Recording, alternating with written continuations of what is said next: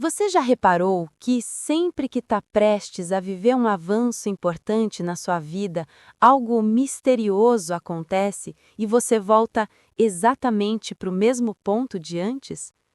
Pode ser uma oportunidade incrível de trabalho, uma mudança de hábito, o início de um projeto, a chance de se posicionar e, de repente, surge uma desculpa, um medo, um atraso, um problema. É como se houvesse uma força silenciosa dentro de você mesma, te puxando de volta para o confortável, mesmo quando o confortável te machuca. E a verdade chocante é que essa força não vem do mundo, ela vem de você. E então, diante disso, surge a pergunta que realmente importa, a pergunta que abre portas para uma compreensão profunda e transformadora. Por que você se sabota justamente quando está tão perto da vida que deseja? Por que, quando você finalmente se aproxima do seu potencial, da sua evolução, do seu crescimento, surge uma barreira invisível impedindo você de ir adiante? Hoje, neste primeiro bloco, quero revelar algo que ninguém te conta. A autossabotagem não é um defeito seu. É um mecanismo de sobrevivência mal programado. A autossabotagem nunca chega gritando. Ela se aproxima devagar, quase invisível, como um velho hábito que você carrega sem perceber. Ela aparece quando você pensa: eu faço isso depois. Eu não sou bom o bastante. Eu não mereço isso agora. Vai dar errado, melhor não tentar. Mas essas frases não são aleatórias. Elas são ecos do seu passado, de experiências que te ensinaram algo perigoso, que expandir a própria vida representa risco. O seu cérebro não foi criado para te fazer feliz, ele foi criado para te manter vivo. E para ele, aquilo que é conhecido, mesmo que seja ruim, limitador ou doloroso, parece mais seguro do que aquilo que é novo. É por isso que você permanece em ciclos de comportamento que te prejudicam, repete padrões que já reconhece como destrutivos, fica preso em relacionamentos que te diminuem, diz sim quando queria dizer não, adia mudanças que sabe que precisa fazer. Uma parte interna sua tenta te proteger de frustrações futuras, mas para isso te impede de crescer no presente.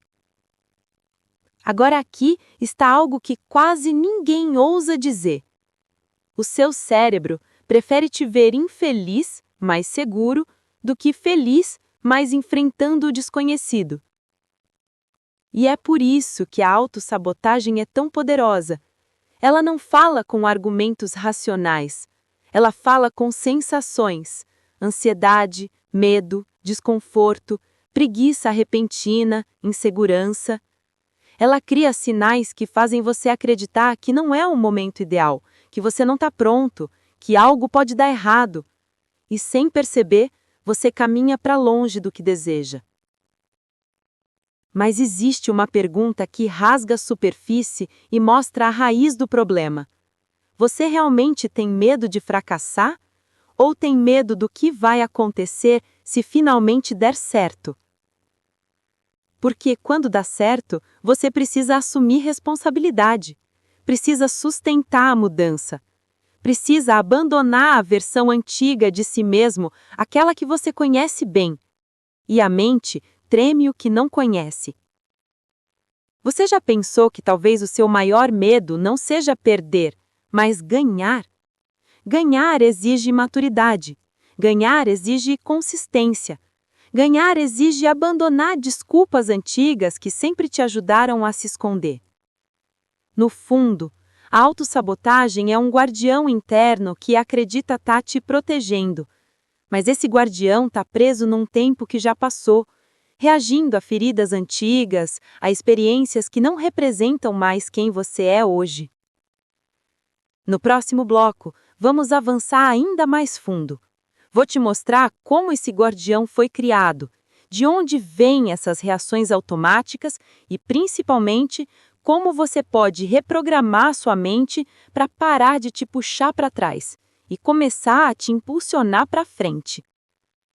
Agora que você já entendeu que a autossabotagem é um mecanismo de sobrevivência e não um defeito seu, podemos ir para o ponto mais profundo de todo esse processo: a origem. Porque ninguém consegue vencer algo que não entende. E a verdade é que a autossabotagem não começa quando você se torna adulto. Ela não nasce quando você começa a trabalhar, quando tenta empreender, quando tenta mudar de vida ou iniciar novos hábitos. Ela começa muito antes. Ela começa na sua infância, nos seus primeiros vínculos, nas primeiras feridas emocionais que você nunca soube como interpretar. Quando você era criança, não tinha a maturidade emocional para reagir a rejeições, broncas, comparações, falta de atenção, críticas duras ou ambientes instáveis. Sua mente precisava criar algum tipo de lógica para aquilo. E ela criou. E essa lógica virou um sistema interno que você carrega até hoje, mesmo sem perceber. Por exemplo, crianças que crescem ouvindo que precisam acertar sempre se tornam adultos que se sabotam antes de começar, porque o medo de errar parece maior do que o desejo de tentar.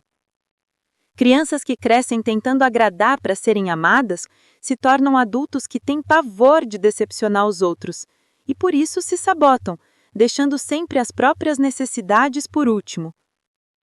Crianças que crescem em ambientes imprevisíveis se tornam adultos que confundem estabilidade com ameaça e, por isso, inconscientemente buscam o caos, porque o caos parece familiar. Esse é o ponto-chave. A autossabotagem é uma estratégia infantil de sobrevivência que continua ativa mesmo que ela já não sirva mais a você. Ela tenta te proteger, mas te protege da maneira errada. Você, hoje, é um adulto, mas as suas reações seguem sendo guiadas por uma parte interna emocionalmente presa no passado. Essa parte sua acredita que te mantém seguro quando te faz adiar, recuar, desistir, esconder suas emoções, diminuir suas ambições ou aceitar menos do que merece. Ela acha que está evitando dor, mas na verdade cria um ciclo que machuca muito mais. Agora vem uma revelação que poucas têm coragem de admitir. Você não se sabota porque não sabe o que fazer. Você se sabota porque aprendeu que ir além é perigoso. E essa lição não foi escolhida por você. Ela foi imposta pela vida, pelas circunstâncias, pelos ambientes em que você cresceu. Mas há algo ainda maior e extremamente desconfortável. A autossabotagem não nasce do medo do fracasso. Ela nasce do medo do sucesso. Porque o sucesso exige mudanças. E mudanças exigem abandonar identidades antigas.